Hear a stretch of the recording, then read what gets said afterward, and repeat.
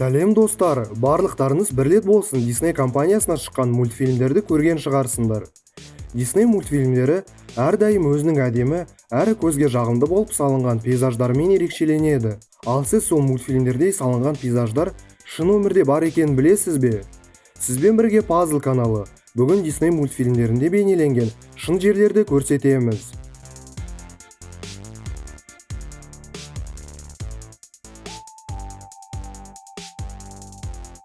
Вверх мультфильмде Карл мен Элли кішкентай кезінен өз армандарын арнайы кітапқа жазып, сол армандардың орындалуына барлық күштерін салады.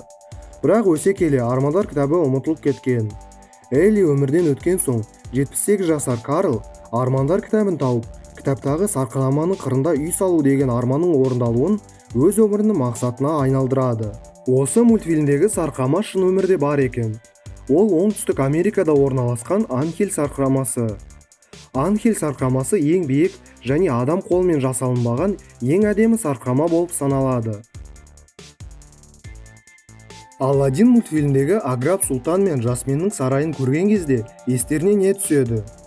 Егер Тадж-Махал түссе, сіз қателескен жоқсыз.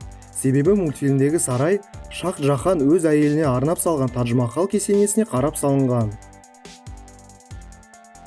Уолт Дисней 1930 жылдары Еуропаға саяхатқа шыққанда Баварияның орманды жерінде орналасқан үлкен сарайды көрген кезде өзін ертегінің ішіне кіріп кеткендей сезінді. Кейін бұл жерді Спящая красавица мультфильмдегі жаңа аққу сарайын көрсеткен кезде байқаса болады.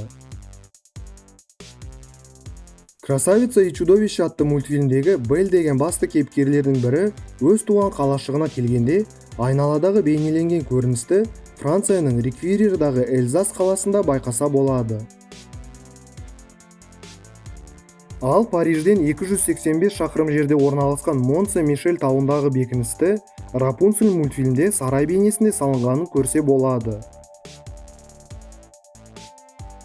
Король Лев мультфильмдегі Симба арыстанның елі Танзанияның солтүстігінде орналасқан Серенгетиядағы Масая Мара атты ұлттық парктың прототипі болып саналады. Бұл жер түрлі жануарлар мен арыстандардың популяциясымен танымалы. Мультфильмдегі әдемі жерлер тек осы парктен емес, солай Кения мен Африканың басқа жерлерінен қарап салынған. Принцесса и лягушка мультфильмде 1920 жылғы Жаңа Орлеан бейнеленген. Тина атты басты кейіпкеріміз осы жерде жұмыс істейді. Ал бұл жерді шын Жаңа Орлеанның француздық кварталында байқаса болады.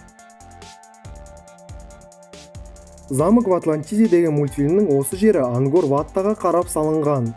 Мультфильмнің басты суретшісі біз Камбоджа архитектурасына, әсіресе Ангкор-Ваттаға қарап бұл жерді салдық деп айтқан. Диснейдің Джон Лестер деген аниматоры өз отбасымен Техастың Шемарк деген жанармай құятын жеріне кіріп шыққан. Бұл жердің бейнесі Джонның есінде жақсы қалып, ол оны Тачки мультфильмде бейнелеген. Жанармай құятын жер мультфильмде романның шеберханасы ретінде көрсетілген. Мультфильмдегі қала автострадасының номері Шемарк қаласындағы сияқты 66 деген санға ие.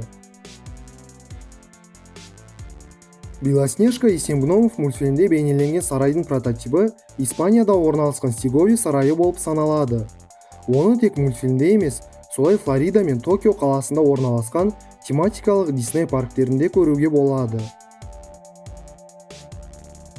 Осы видеоға міндетті түрде лайк басып, Puzzle каналына жазылуға ұмытпаңыз. Достарыңыз бұл видеодағы қызықтарды білмесе, көрсетіп таң қалдырып жіберіңіз. Ал егер мына жердегі қоңыраушаны бассаңыз, біздің жаңа видеоларымызды ешқашан өткізіп алмайсыз. Бүгінге осы. Puzzleға жазыл.